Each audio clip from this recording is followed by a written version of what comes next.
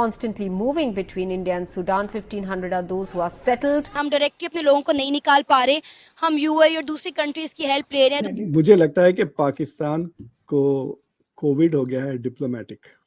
With family and businesses there, so the idea is to bring back all those who wanted to come back to India. Imran Khan साहब की government थी, तभी खान साहब ने कह दिया था कि जी मूंगफली खाओ, अपनी गैस खुद बनाओ। 25 करोड़ के करीब मुसलमान ऐसे ही है। इंडिया में 30, 35, 40 करोड़ के करीब ऐसे ही है। फिर जज्बा कहाँ ज्यादा हुआ? जज्बा होना तो वहाँ पे ज्यादा, लेकिन इसमें होना नहीं, सपोर्ट पर अपने लोगों को पहुंचा रहे हैं, वहां से अपने लोगों को निकाल रहे हैं, जबकि इंडिया जो है ना सिर्फ अपने लोगों को डायरेक्टली निकाल रहा है बल्कि दूसरे मुल्कों की मदद भी कर रहा है। $18 बिलियन का की जो पेनल्टी है वो पाकिस्तान के ऊपर ईरान लगा सकता है। And move the others to safer places if required within Sudan as well. Now, both the ships as well as IAF aircraft are being used for this evacuation. देखें, वहाँ की जो मेजोरिटी ज्यादा है वहाँ पे हिंदुइज्म है, वो मुसलमानों को नीचे से नीचे लेके जा रहे हैं। वहाँ पे आपको फ्रीडम ऑफ स्पीच उसमें जितनी भी इस्लामिक कंट्रीज OIC की हैं, उनमें से एक को भी हमारा भरोसा नहीं है कि भारत के साथ जंग और भारत के साथ नफरत तो कारोबार है, हमारे लिए पैसा है ना। हमारे YouTube चैनल हिंदुस्तानी हाइट्स में आपका स्वागत है दोस्तों। जैसा कि आपने मीडिया क्लिप्स में देखा कि भारत सरकार द्वारा शुरू किए गए ऑपरेशन कावेरी के तहत सूडान में फंसे भारतीयों को बचाया जा रहा है और इसी के तहत फ्रांस के दूतावास के एक कर्मचारी और उसके परिवार को भी बचाया गया, जिसके लिए फ्रांस सरकार ने भारत सरकार को शुक्रिया अदा किया है। पाकिस्तानी मीडिया में इसी बात पर चर्चा हो रही है कि भारत जहां विदेशों में फंसे अपने देश के नागरिकों को कभी भी अकेला नहीं छोड़ता और उनको हर संभव मदद देता है और वहां पर मुसीबत होने पर उनको किसी भी परिस्थिति में बचाकर स्वदेश लाता है, जबकि हमारे यहाँ अपने देश में जो लोग रह रहे हैं, हमारे पाकिस्तान के नागरिक, उनका ही कोई ख्याल नहीं है। पाकिस्तानी मीडिया में इस बात पर भी चर्चा हो रही है कि हमारे देश के लोग भी वहाँ फंसे हुए हैं, लेकिन हमारे देश की सरकार कुछ नहीं कर रही है।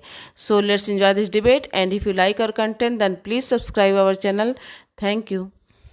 कि सूडान में बहुत बड़े स्केल पर वायलेशन हो रहा है, ऐसे में हर मुल्क चाह रहा है कि वहाँ से अपने लोगों को निकाल ले, जो कि आसान काम नहीं है।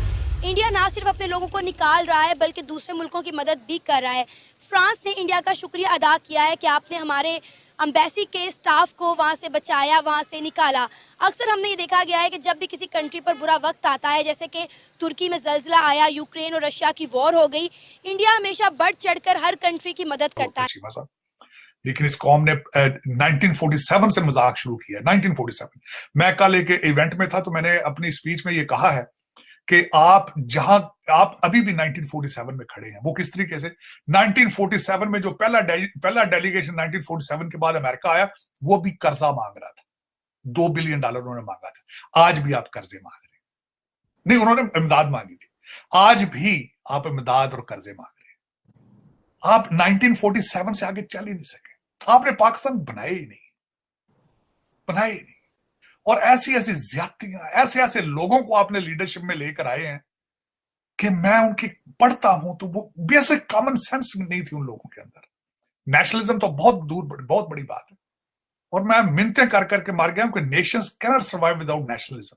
पता नहीं इन पाकिस्तानियों को पाकिस्तान से मोहब्बत करना किसने सिखाना है, पता नहीं बाहर से जाएगा वो, और बल्कि बाकी ममालिक के लिए भी हेल्पिंग हैंड प्रोवाइड कर रहे हैं, तो बहुत बड़ी अच्छी बात है, अप्रिशिएटिंग है उनका ये इकदाम। अभी पाकिस्तान जिस तरह अपने लोगों को वहाँ से निकाल रहा है, हम डायरेक्टली अपने लोगों को नहीं निकाल पा रहे, हम यूएई और दूसरी कंट्रीज़ की हेल्प ले रहे हैं, दूसरे पोर्ट पर अपने लोगों को पहुँचा रहे हैं, वहाँ से अपने लोगों को निकाल रहे हैं, जबकि इंडिया जो है ना सिर्फ अपने लोगों को डायरेक्टली निकाल रहा है बल्कि दूसरे मुल्कों की मदद भी कर रहा है। यहाँ तक कि अगर हम बात करें यूएस की, तो यूएस ने साफ साफ कह दिया है कि जो हमारे लोग हैं वो अपनी मदद आपके तहत बाहर निकले, हम उनके लिए कुछ नहीं कर सकते। और रही बात पाकिस्तान की, तो पाकिस्तान का मेरे ख्याल से प्रायोरिटीज़ ही नहीं है कि अपने शहरियों को जो यहाँ पे पाकिस्तान में रह रहे हैं, इवन उनको भी बेसिक जो नीड्स हैं वो पूरी नहीं हो रही हैं, नेसेसिटीज़ जो हैं वो पूरा नहीं कर रहे हैं। तो अब ये ओवरसीज़ पाकिस्तानीज़ के लिए अगर कुछ करें तो मेरे लिए एक नई बात होगी कि अगर उनके लिए एक्सेप्शनल कुछ करें। तो यहाँ पे रहने वाले पाकिस्तानियों की जब फिक्र नहीं की जा रही तो उन्हें वहाँ की क्या फिक्र करनी है।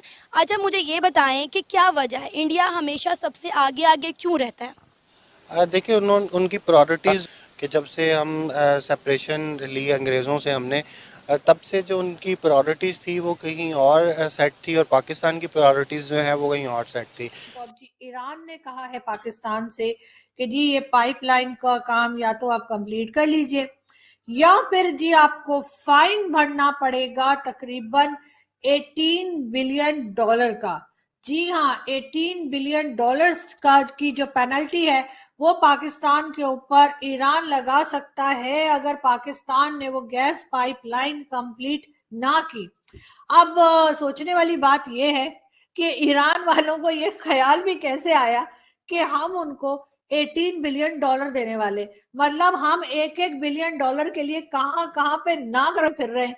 हमारी जो हालत है ना, वो जिसे कहते हैं ना कि ना हम घर के हैं ना घाट के हैं, वो वाली हालत हमारी हुई भी है।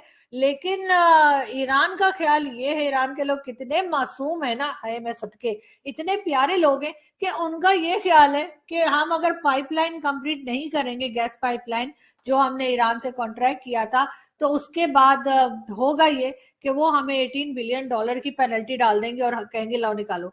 मतलब हमारे पास तो खुद के पास डॉलर नहीं, हम तो खुद डॉलर ढूंढते फिर रहे हैं कि कहीं से मिल जाए।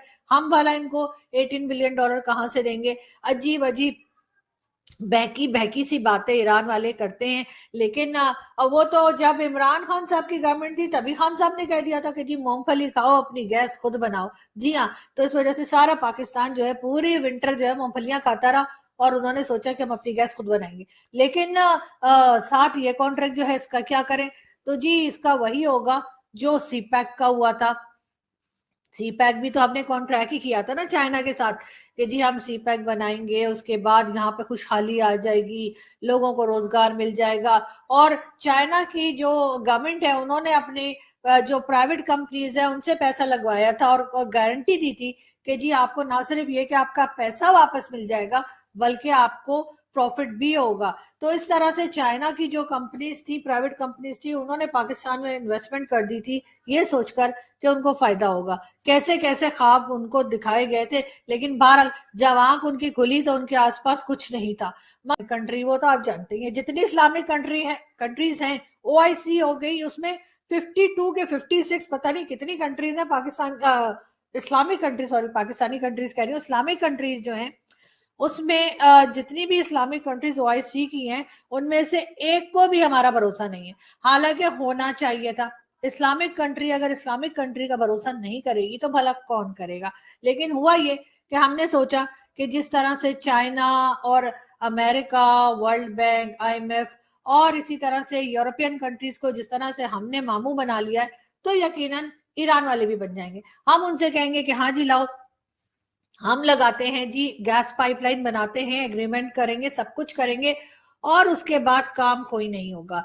तो अब जी ईरान की तरफ से कह दिया गया है कि जी बेटा बहुत हो गया बेटा, अब ये बताओ कि पैसे कब निकालोगे। उन्होंने हमारे ऊपर जो है ये कह दिया कि या तो ये पाइपलाइन कंप्लीट करो, यानी कि ये गैस पाइपलाइन को कंप्लीट करो, वरना जी 18 बिलियन डॉलर देने के लिए तैयार हो।